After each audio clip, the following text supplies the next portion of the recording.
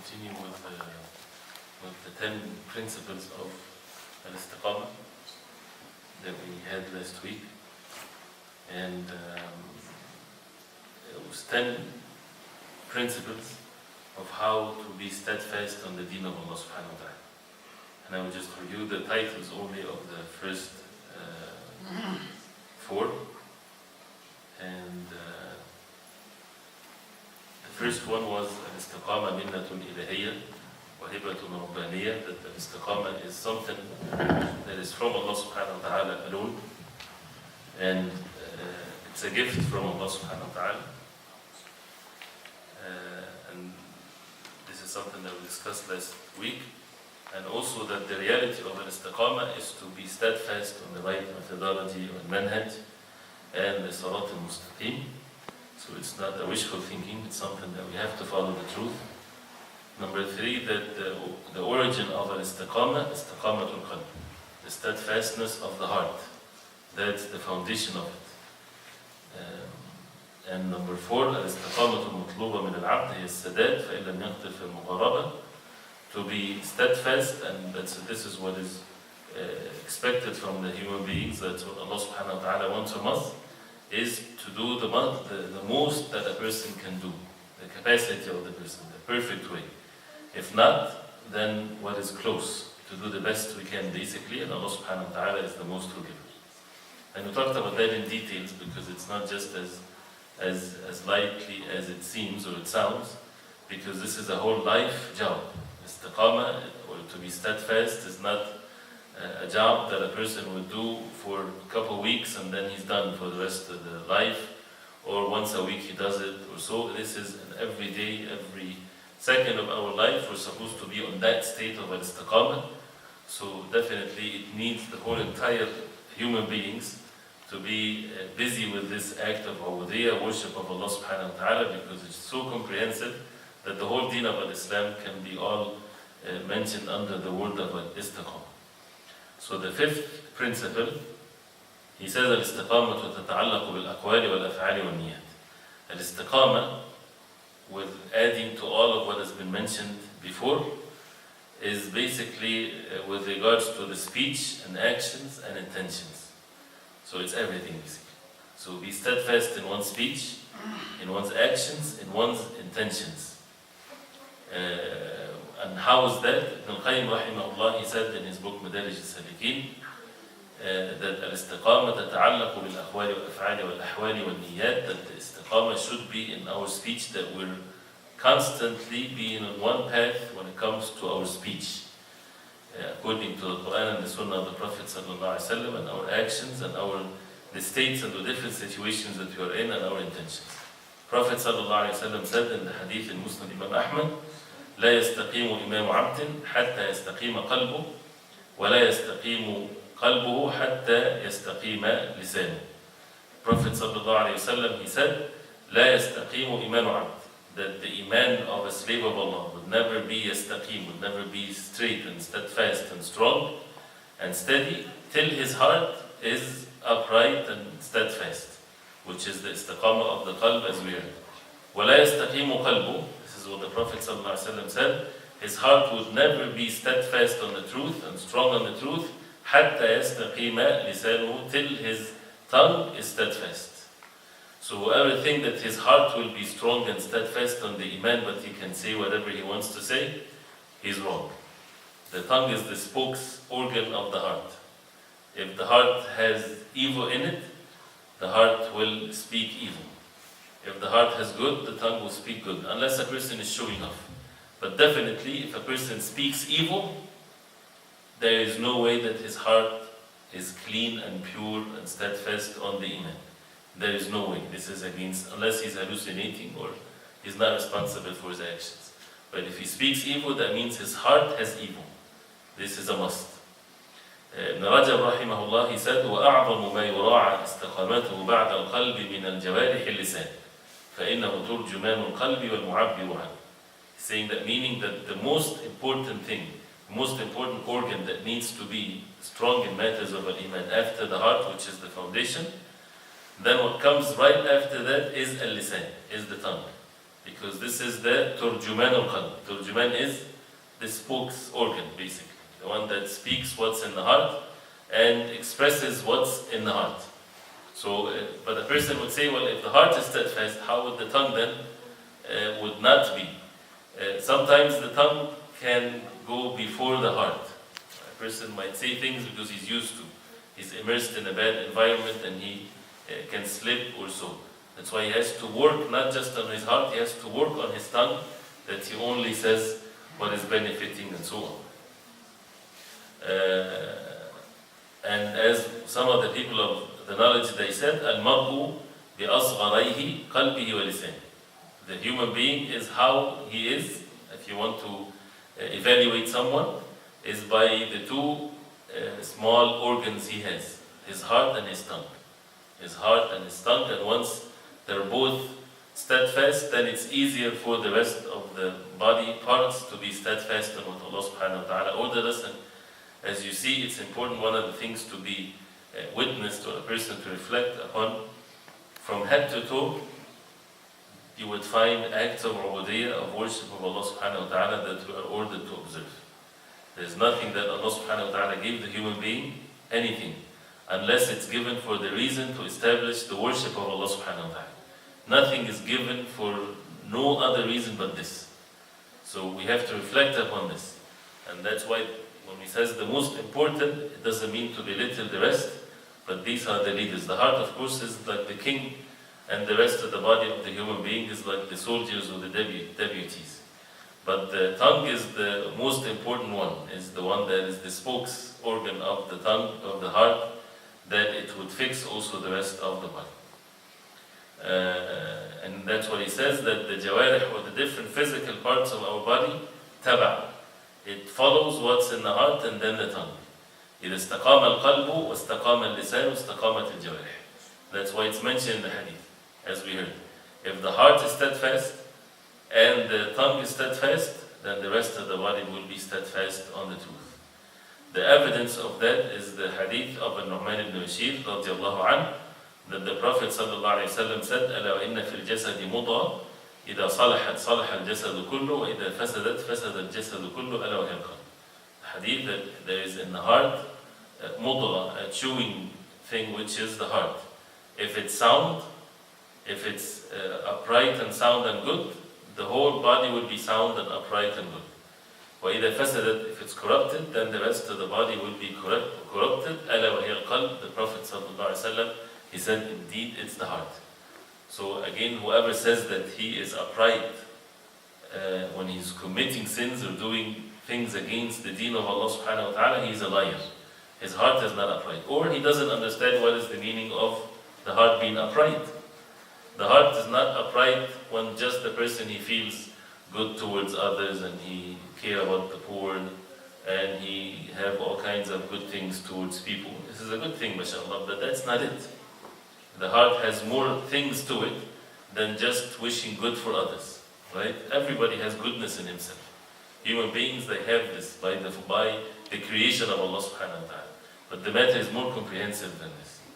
The second hadith is the hadith of At-Tirmidhi, hadith Abi Sa'id al-Khudri radiallahu anhu, أن النبي صلى الله عليه وسلم قال إذا أصبح ابن آدم فإن الأعضاء كلها تكفر اللسان فتقول اتق الله فينا فإنما نحن بك فإن استقمت استقمنا وإن اعوججت اعوججنا.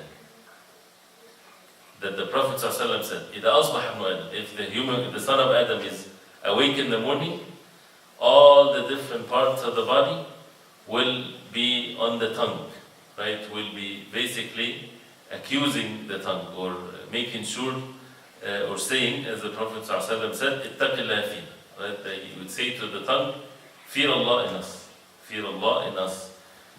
We are by what you are. If you're steadfast, we will be steadfast. And if you're bent, we will be bent. Right? How is that? Right? Allah subhanahu wa ta'ala knows best. How is it? The person would say, I don't see my hands saying that to my tongue or my legs. The Prophet ﷺ is saying that this happens every day. Allah subhanahu wa ta'ala knows best. And in the day of judgment, the hands and the legs and everything will speak, right? As it's mentioned in the Quran. and the skin will speak. Right? So it would witness against the disbelievers and against the sinners and so on. So these organs, they have its own ways that Allah subhanahu wa ta'ala knows best. So we are witnessed. And these organs, as we heard in the hadith, they all, they turn to the tongue to seek His steadfastness, because the tongue will say something and the heart will order and the organs will follow. يقول فإذا استقام القلب استقامت الجوارح وإذا استقام اللسان استقامت الجوارح واللسان ترجمان القلب وخليفته في ظاهر البدن. The same thing, the heart is steadfast, the parts will be steadfast, the physical actions, and the same thing with the tongue, and the tongue is always expresses what's in the heart. فإذا أسند القلب إلى اللسان الأمر نفذ فاللسان تابع للقلب والجوارح تابعة له. If the heart give an order to the tongue will execute, and the physical body will follow suit. Right? Nobody declare a war silently or mute. Right? They have to say things first, right? And then things are followed afterwards. So it's then as a result of that a person should make sure that his heart is pure and clean, and he should ask Allah subhanahu wa ta'ala, since the istiqamah is from Allah subhanahu wa ta'ala alone, should ask Allah subhanahu wa ta'ala to cure our hearts and to make our hearts steadfast, and to cure it from all the sicknesses of the heart. And we said a person can have all kinds of diseases in his heart and he doesn't feel that. Right? That's why a person should seek help from Allah subhanahu wa ta'ala, and then he would work on fixing his tongue with the pure statements and his physical body with the good deeds. And it's really, if we just follow the way the Prophet ﷺ and the things that he used to say ﷺ every day, that's a way to have all kinds of good things and cure for the heart, because it goes both ways. You fix the heart, the tongue will speak good. You say what is good, you force yourself to say what is good, that will enter the heart and affect the heart to purify the heart. So it goes both ways, not just the heart when a person is silent. That's why reciting Quran, making the adhkar. If a person would pray the 5 daily prayers and make the morning and the evening adhkar, and all the adhkar that the Prophet ﷺ used to say, make istighfar 100 or 1,000 times a day, make the tasbih, and read as much as Quran as he can do steadily every day, would that person have any time to commit sins or to be forgetfulness? There is no way. And that's why the hadith, the 5 daily prayers is like the river outside someone's home, as the Prophet ﷺ said, when he asked the question to the Sahaba radiallahu anhum, if someone has a river outside of his home and he takes a bath in it 5 times a day, would there be any dirt on him? They said no. He said then this is how the 5 daily salah. So even if a person doesn't find anything in his heart, he needs to focus on what he says. That will clean one's heart, and then eventually the tongue will be also perfected. So this is the 5th principle, which is speech and actions and intentions all has to have steadfastness in them, and to be steady, that means every day is the same thing till the person this becomes his norm. The principle number 6. يقول لا تكون الاستقامة إلا لله وبالله وعلى أمر الله. The istiqamah would never be unless it's lillah, to Allah subhanahu wa ta'ala, وبالله, and by Allah, وعلى أمر الله, and on the matter or on the order of Allah. So 3 things. Lillah, when you say lillah, what does that mean?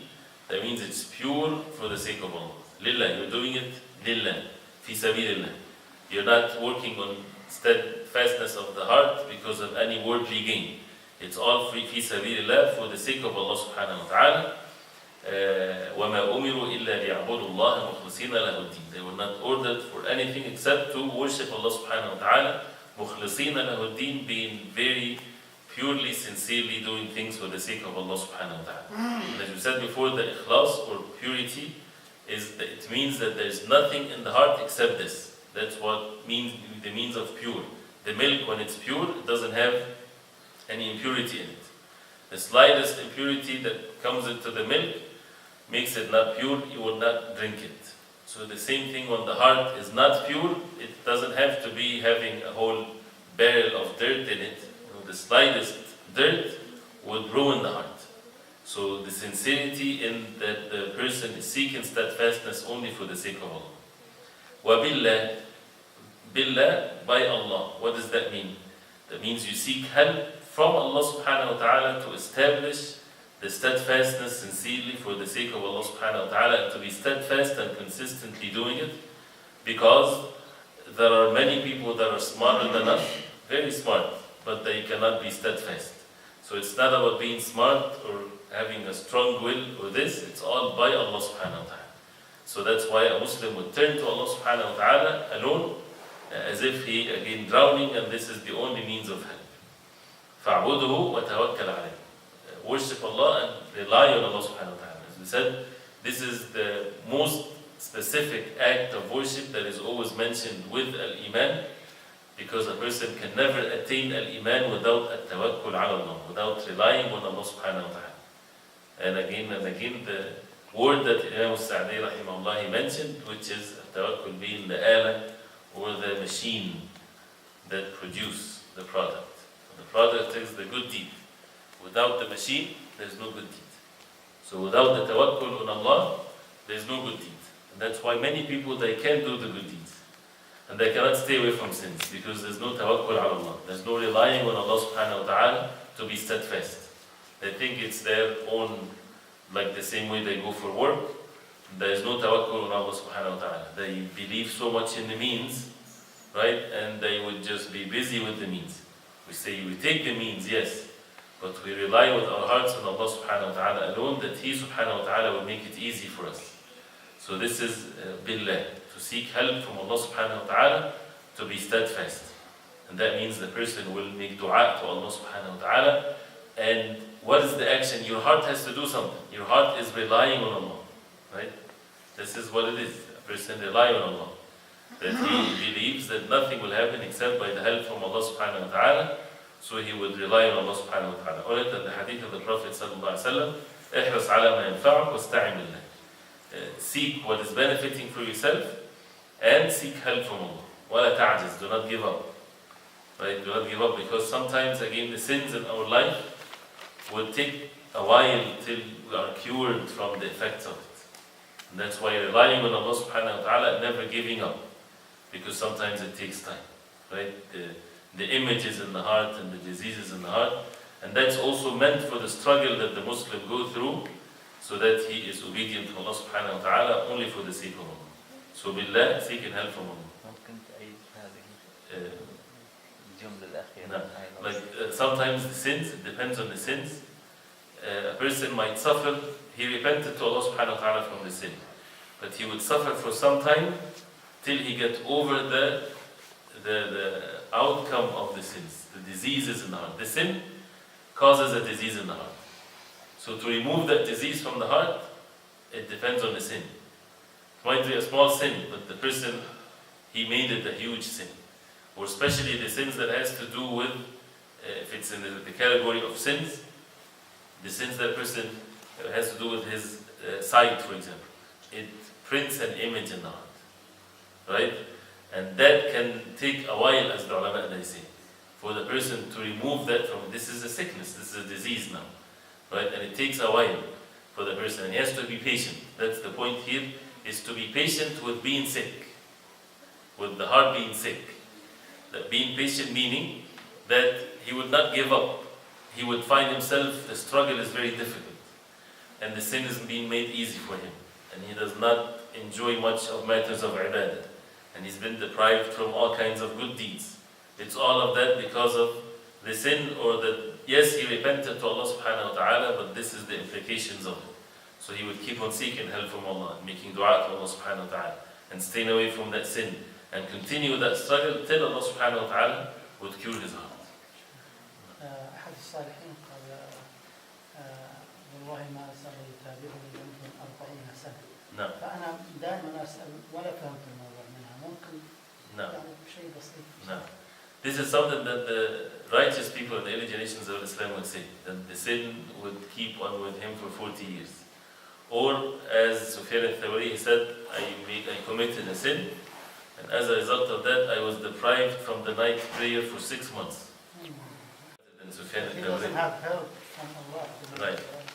But the more the person is clean, right, the more the slightest dirt will affect him. And that's what it means. It's not that he is among the people of the hellfire, no, he's deprived from the higher levels as a result of the sin, until he go back again. So it's the same physical example, when the person has a cup, and it's always dirty. It has 4 spoons of dirt.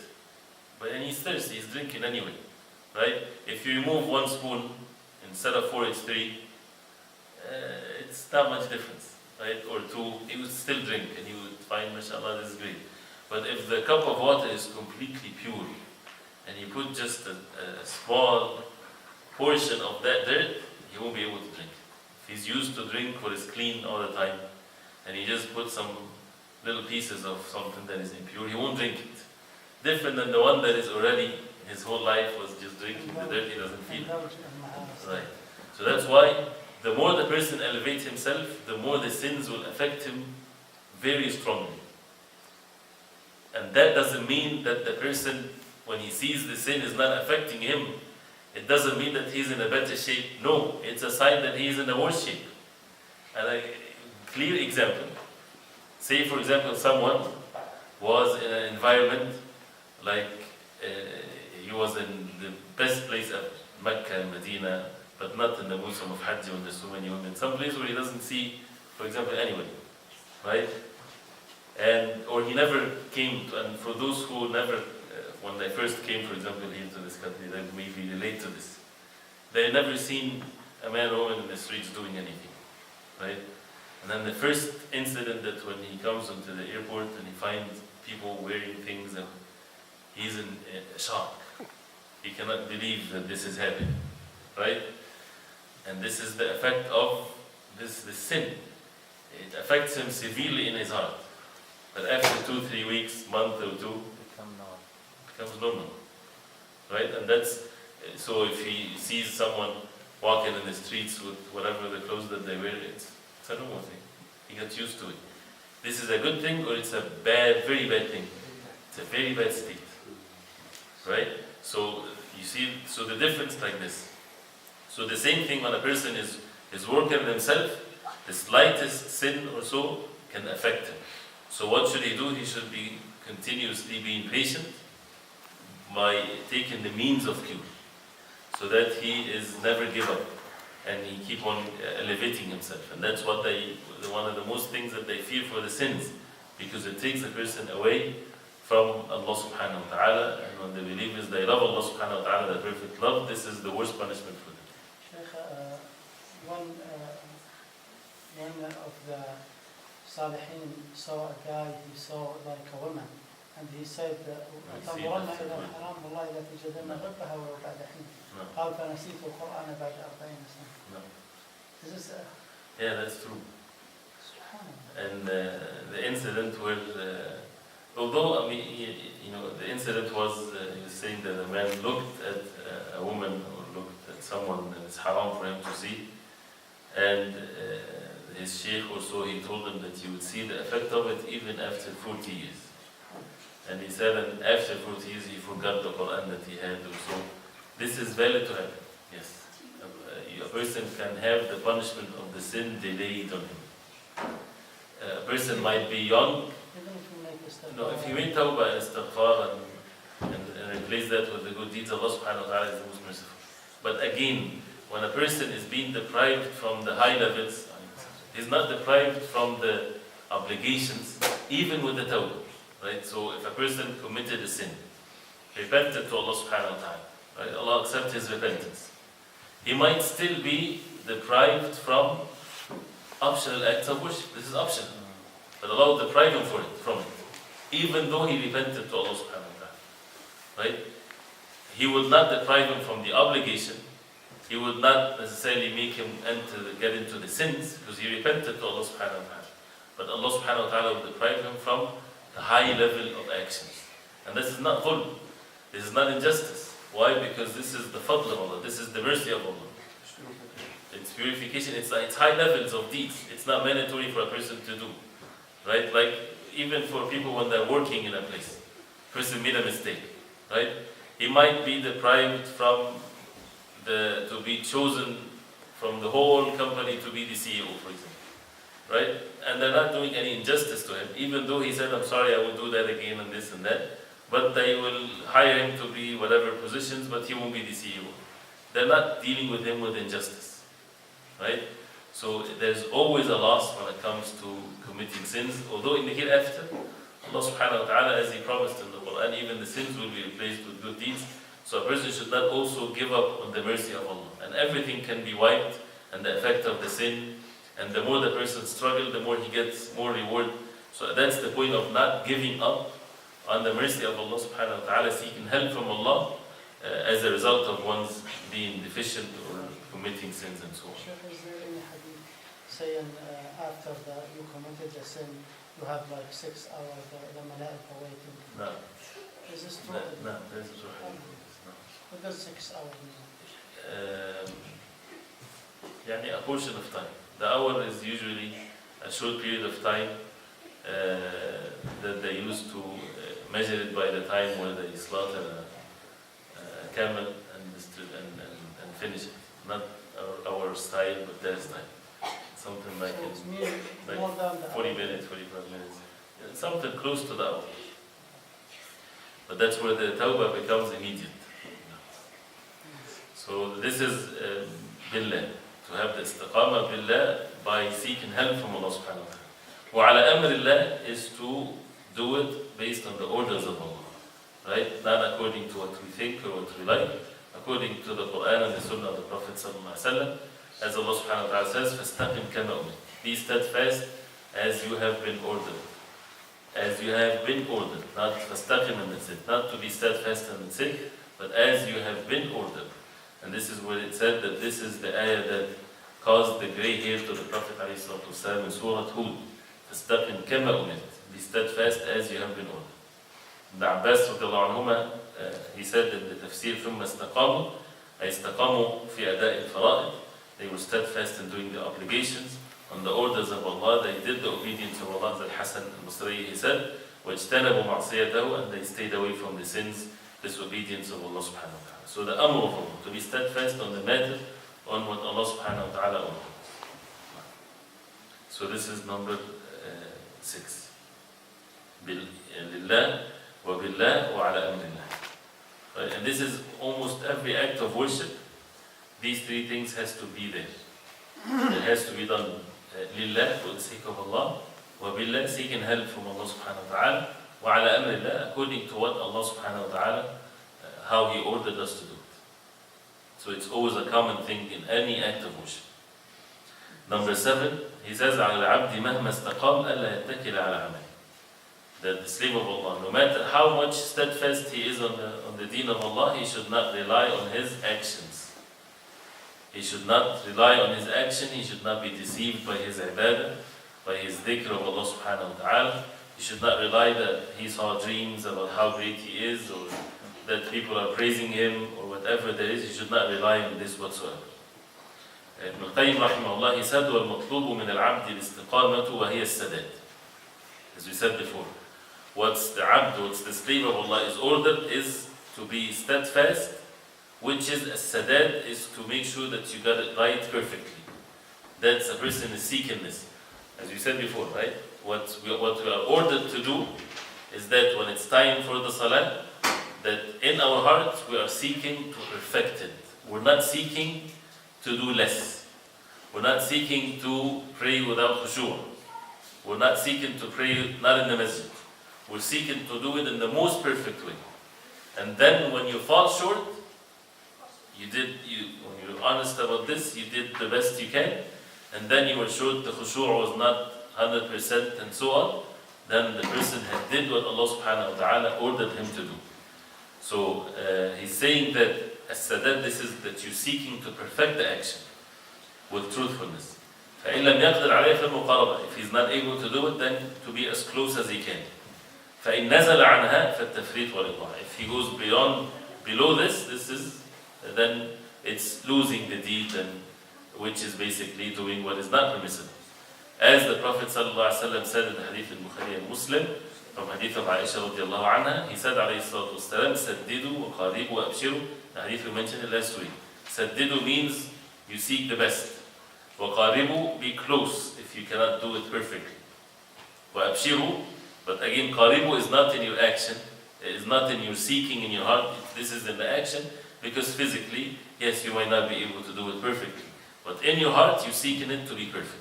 وَأَبْشِرُوا and have the glad tidings. Don't give up, don't have bad expectations of Allah. فَإِنَّهُ لَنْ يَدْخُلَ الْجَنَّةَ أَحَدٌ فَإِنَّهُ لَنْ يُدْخِلَ الْجَنَّةَ أَحَدًا عَمَلُهُ. None of you, his actions will make him enter Jannah.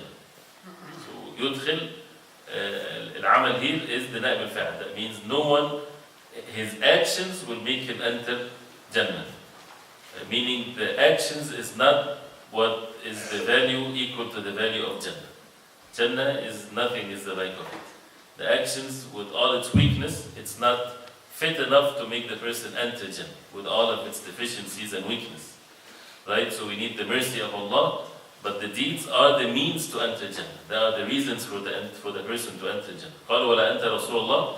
He said, even you, messenger of Allah. He said, ولا أنا إلا أن يتغمدني الله إنه بمغفرة ورحمة. No, except if Allah subhanahu wa ta'ala shower me or cover me with His maghfirah, His forgiveness and rahmah. Even the Prophet sallallahu alaihi wasallam. And the example of that to understand it is like when you say, I purchased this table for $100, right? This is how much the table is worth, right?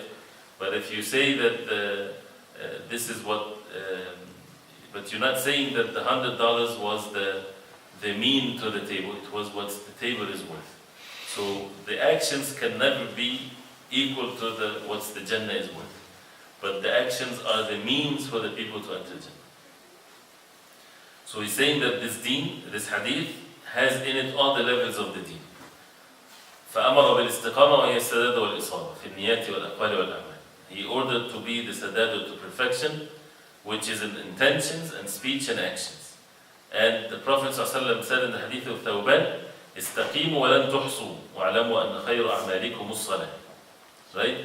استقيموا, that's the order. Be steadfast. ولن تحصوا, you would never be able to do it in the most perfect way.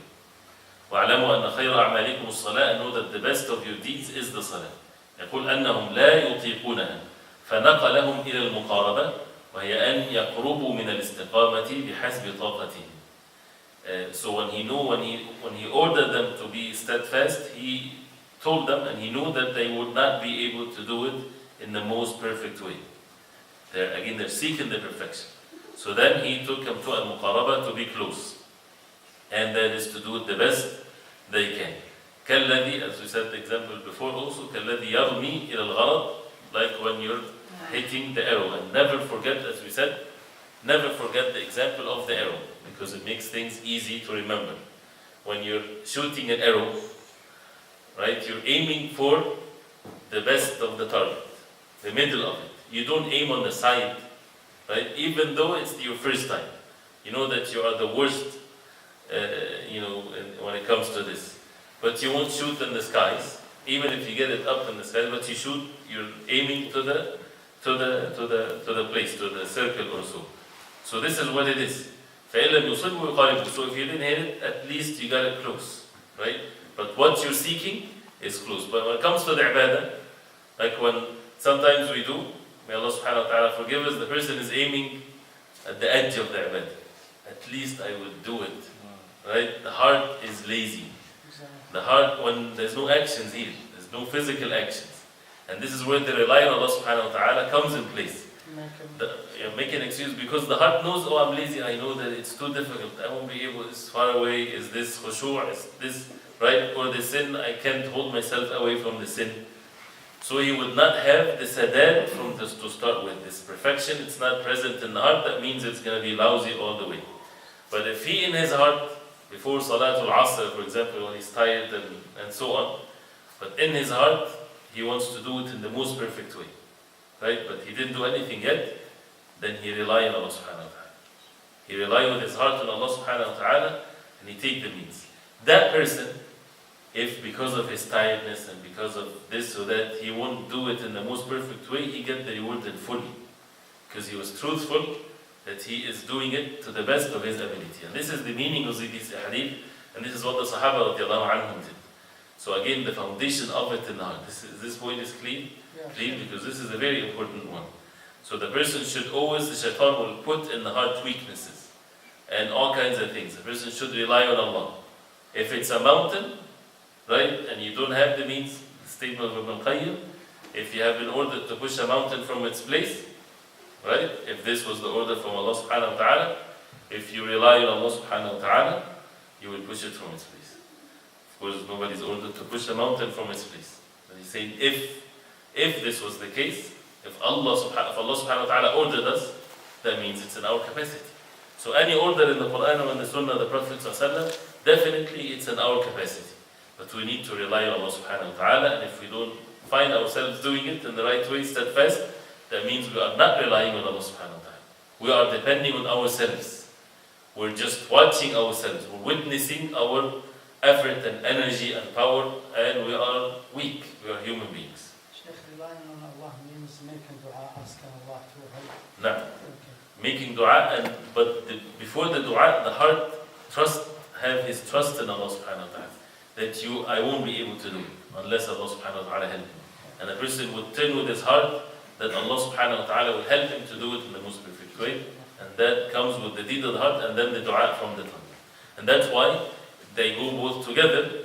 And that's why when you hear the adhan, you say La hawla wa la quwwata illa billah. When you hear hayya al salah, come to the salah. This is where La hawla wa la quwwata illa billah comes in place. You seek in the power of Allah subhanahu wa ta'ala, no might, no power except by Allah subhanahu wa ta'ala, because now you've been asked to come. So you cannot do it on your own, you cannot perfect it. So you need the help from Allah subhanahu wa ta'ala, so it moved from the relying on the heart to also to be said in the tongue. So also as Ibn Qayyim rahimahullah he said in the hadith, with regards to the hadith, أن الاستقامة والمقاربة لا تنجي يوم القيامة فلا يركن أحد إلى عمله ولا يعتب به ولا يرى أن نجاته به بل إنما نجاته برحمة الله وعفو فضله. That even after he steadfast and he did the best he can and this and that, he should not see that this is what's going to save him in the Day of Judgment. He should not rely on these actions that it's going to save him in the Day of Judgment. He should rely on Allah subhanahu wa ta'ala. He should not like himself so much. And he would see that he is saved by his actions, because indeed for him to be saved is by the mercy of Allah and His forgiveness and His fadl, His bounty.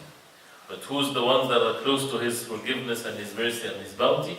Inna rahmatullahi qareebun min al-muhsinin. That the rahmah of Allah is close to al-muhsinin.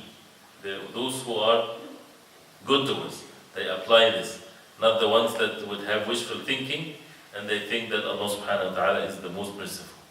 They don't rely. So they rely on their deed, they rely on nothing, and they say Allah is the most merciful. No, relying on Allah subhanahu wa ta'ala while doing the good deeds. I think we'll stop inshallah at this point. There's 3 more principles left.